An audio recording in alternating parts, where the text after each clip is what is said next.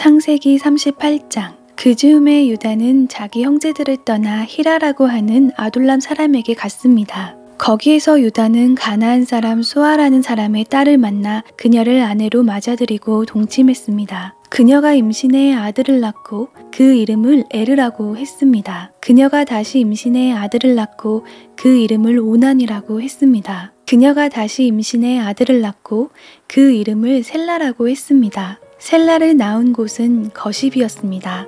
유다는 맏아들 에르를 위해 아내를 맞아들였는데 그녀의 이름은 다말이었습니다. 유다의 맏아들 에르는 여호와께서 보시기에 악했으므로 여호와께서 그를 죽이셨습니다. 그러자 유다가 오난에게 말했습니다. 내 형수와 결혼해 시동생으로서의 의무를 행하고 내 형의 자손을 낳아주어라. 그러나 오난은 그 자손이 자기의 자손이 되지 못할 것을 알고 그녀의 침소에 들 때마다 형의 자손이 생기지 않도록 땅에 설정했습니다. 그가 한 짓이 여호와께서 보시기에 악했으므로 여호와께서 그도 죽이셨습니다. 유다가 며느리 다말에게 말했습니다. 내 아들 셀라가 자랄 때까지 내 친정에 가서 과부로 있어라.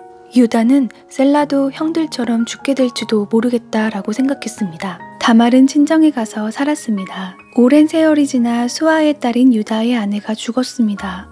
애도하는 기간이 지난 후에 유다는 자기 친구 아둘람의 히라와 함께 자기 양들의 털을 깎는 사람들이 있는 딥나로 갔습니다. 그때 다말이 내 시아버지가 양털을 깎으러 딥나로 오고 있다라는 말을 들었습니다. 그녀는 과부 옷을 벗고 베일로 얼굴을 가려 변장을 하고는 딥나로 가는 길가에 있는 에나임 입구에 앉아 있었습니다. 셀라가 다 자랐는데도 자기를 셀라의 아내로 주지 않았기 때문이었습니다. 유다는 다말을 보고 그녀가 창녀라고 생각했습니다. 다말이 얼굴을 가리고 있었기 때문이었습니다. 유다가 길에서 벗어나 다말에게 다가가서 내가 너의 침소에 들어야겠다 라고 말했습니다. 그는 그녀가 자기 며느리인 줄을 몰랐습니다. 다말이 물었습니다. 제게 들어오시는 대가로 제게 무엇을 주시겠습니까? 유다가 말했습니다. 내 가축 가운데 염소 새끼 한 마리를 보내주겠다. 다말이 말했습니다. 그것을 주실 때까지 담보물을 제게 주시겠습니까? 유다가 말했습니다. 담보물로 무엇을 내게 주었으면 하느냐? 다말이 대답했습니다. 가지신 도장과 도장끈 그리고 손에 갖고 계신 지팡이를 주십시오. 그는 다말에게 그것들을 주고 그녀와 잠자리를 함께 했습니다. 다말이 그로 인해 임신하게 됐습니다. 다말은 일어나서 떠났습니다. 그녀는 베일을 벗고 다시 과부의 옷을 입었습니다. 유다는 그 여자에게 담보물을 되돌려 받으려고 자기 친구인 아둘람 사람 편에 어린 염소를 보냈습니다. 그러나 그는 그 여자를 찾지 못했습니다. 유다의 친구는 그곳 사람들에게 물었습니다. 여기 길가 에나임에 있던 그 창녀가 어디 있습니까? 그들이 말했습니다. 이곳에는 창녀가 없습니다. 그가 유다에게로 돌아가서 말했습니다. 그 여자를 찾지 못했네. 게다가 그곳 사람들이 말하길 이곳에는 창녀가 없습니다 라고 하더군. 유다가 말했습니다. 그 여자가 가진 것을 갖도록 그냥 놔두세. 그러지 않으면 우리가 웃음거리가 될 테니 말이야. 어쨌든 나는 이 어린 염소를 보냈는데 다만 자네가 찾을 수 없었던 것뿐일세. 석 달쯤 지나서 유다에게 대개 며느리 다말이 창녀짓을 하다가 임신을 했소 라는 소식이 들렸습니다. 유다가 말했습니다. 그녀를 끌어다가 불태워버려라. 그녀는 끌려 나오면서 시아버지에게 전가를 보냈습니다. 저는 이것들의 임자 때문에 임신한 것입니다. 그녀가 다시 말했습니다. 이 도장과 도장끈과 지팡이가 누구 것인지 살펴보십시오. 유다가 그것들을 알아보고 말했습니다. 그녀가 나보다 옳다. 이는 내가 내 아들 셀라를 그녀에게 주지 않아서 그렇게 된 것이다. 유다는 다시는 그녀와 잠자리를 같이 하지 않았습니다. 그녀가 아이를 낳을 때가 됐는데 그녀의 태 속에 쌍둥이가 들어있었습니다. 그녀가 아이를 낳을 때 한 아이가 손을 밖으로 내밀었습니다. 그래서 산파가 붉은 줄을 그의 손에 묶고 말했습니다.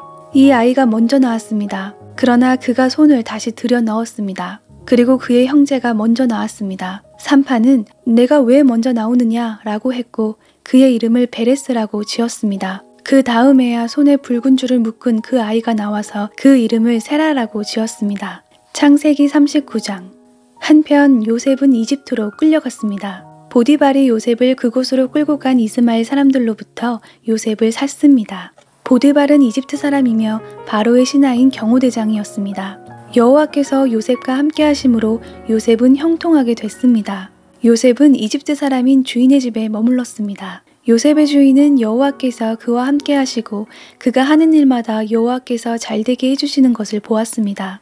요셉은 주인의 눈에 들어 가까이서 그를 섬기게 됐습니다. 보디발은 그에게 집안일을 맡기고 자기가 가진 것을 다 관리하게 했습니다. 그가 요셉에게 자기 집안일과 자기가 가진 것을 다 맡긴 때부터 여호와께서 요셉 때문에 그 이집트 사람의 집에 복을 내리셨습니다. 여호와의 복이 집안에 있는 것에나 들에 있는 것에나 보디발이 가진 모든 것에 내렸습니다.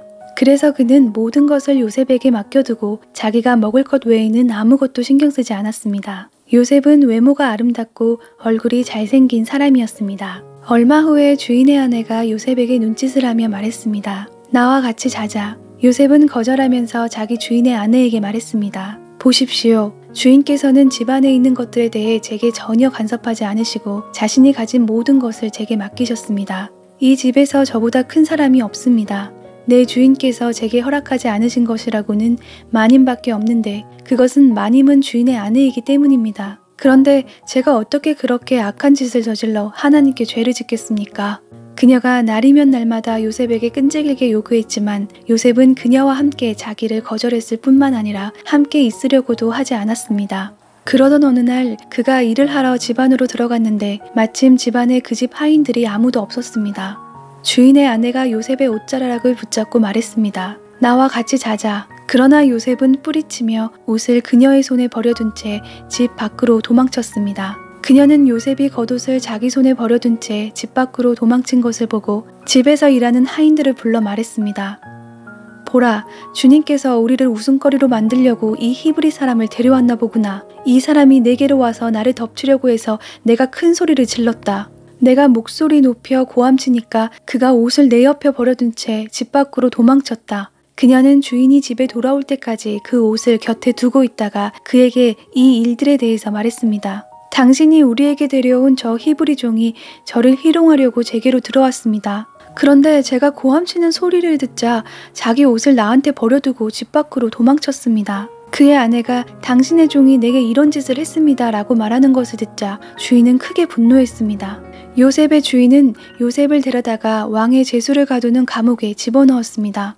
요셉은 감옥에 갇혔습니다. 그러나 여호와께서 요셉과 함께 하셨고 그에게 자비를 베푸셔서 요셉을 간수의 마음에 들게 하셨습니다. 간수는 요셉에게 감옥에 있는 모든 사람들과 거기에서 이루어지는 모든 일들을 다 맡겼습니다. 간수는 요셉이 맡은 모든 것에 대해 조금도 간섭하지 않았습니다. 이는 여호와께서 요셉과 함께 하셔서 그가 하는 일마다 형통하게 하셨기 때문입니다. 창세기 40장. 얼마 후 이집트 왕의 술 맡은 관원장과 빵 굽는 관원장이 그 주인인 이집트 왕에게 잘못을 저질렀습니다. 바로는 그의 두 신하 곧 술 맡은 관원장과 빵 굽는 관원장에게 진노했습니다. 바로는 그들을 경호대장의 집에 있는 감옥에 가두었는데 그것은 요셉이 갇혀있는 감옥이었습니다. 경호대장은 요셉에게 명령해서 두 신하를 시중들게 했습니다. 그들이 얼마 동안 감옥에 갇혀 있었습니다. 감옥에 갇혀있는 이 두 사람 곧 이집트 왕의 술 맡은 관원장과 빵 굽는 관원장이 꿈을 꾸게 됐습니다. 각자 같은 날 밤에 꿈을 꾸었는데 그 내용이 서로 달랐습니다. 다음 날 아침 요셉이 그들에게 왔을 때 그들이 침울해 있는 것을 발견했습니다. 요셉은 자기 주인의 집에 함께 갇혀있는 바로의 신하들에게 물었습니다. 오늘은 두 분의 얼굴빛이 왜 그리 안 좋으십니까? 그들이 대답했습니다. 우리가 꿈을 꾸었는데 꿈을 풀이해줄 사람이 없구나. 요셉이 그들에게 말했습니다. 꿈을 풀이하는 것은 하나님께 달린 일이 아니겠습니까? 꿈꾸신 것을 제게 말씀해 보십시오. 술 맡은 관원장이 요셉에게 자기가 꾼 꿈 이야기를 했습니다. 꿈속에서 내 앞에 포도나무가 하나 있는 것을 보았네. 그 나무에 가지가 셋 달렸는데 싹이 돋고 곧 꽃이 피더니 금세 포도송이가 열리는 것이었네. 내 손에 바로의 잔이 들려있기에 내가 포도를 따서 바로의 잔에 짜 넣었네. 그리고 그것을 바로께 드렸네. 요셉이 말했습니다. 이 꿈은 이런 뜻입니다. 가지 셋은 3일입니다. 3일 안에 바로께서 관원장님을 풀어주시고 관원장님의 지위를 회복시켜 주실 것입니다. 관원장님이 전에 바로의 술 맡은 관원장이셨을 때 하던 대로 바로의 손에 잔을 올려드리게 될 것입니다. 일이 잘 풀리면 저를 기억하시겠다고 약속해 주십시오. 제게 은혜를 베풀어 바로께 제 이야기를 하셔서 저를 이 감옥에서 내보내 주십시오. 저는 히브리 땅에서 끌려왔는데 여기에서 감옥에 갇힐 만한 일은 결코 하지 않았습니다. 요셉의 꿈풀이가 좋은 것을 보고 빵 굽는 관원장도 요셉에게 말했습니다. 나도 꿈을 꾸었는데 보니까 내 머리 위에 빵 바구니 3개가 있었네. 맨 위에 있는 바구니에 바로께 드릴 온갖 구운 빵들이 있었는데 새들이 내 머리 위에 있는 그 바구니의 빵을 먹어버렸네. 요셉이 말했습니다. 그 꿈은 이런 뜻입니다. 새 바구니는 3일입니다. 3일 안에 바로께서 관원장님의 목을 베고 몸을 나무에 매달 것입니다. 그러면 새들이 관원장님의 살을 뜯어먹을 것입니다. 그 3일째 되는 날은 바로의 생일이었습니다. 바로는 모든 신하들을 불러 잔치를 베풀었습니다. 바로는 그 신하들 앞에서 술 맡은 관원장과 빵 굽는 관원장을 불러들였습니다. 바로는 술 맡은 관원장을 원래의 직위로 복귀시켜 그가 바로 잔을 바치게 했습니다. 그러나 바로는 빵 굽는 관원장의 목을 매달았습니다. 요셉이 그들에게 꿈을 풀어준 대로였습니다. 하지만 술 맡은 관원장은 요셉을 기억하지 않고 잊어버렸습니다.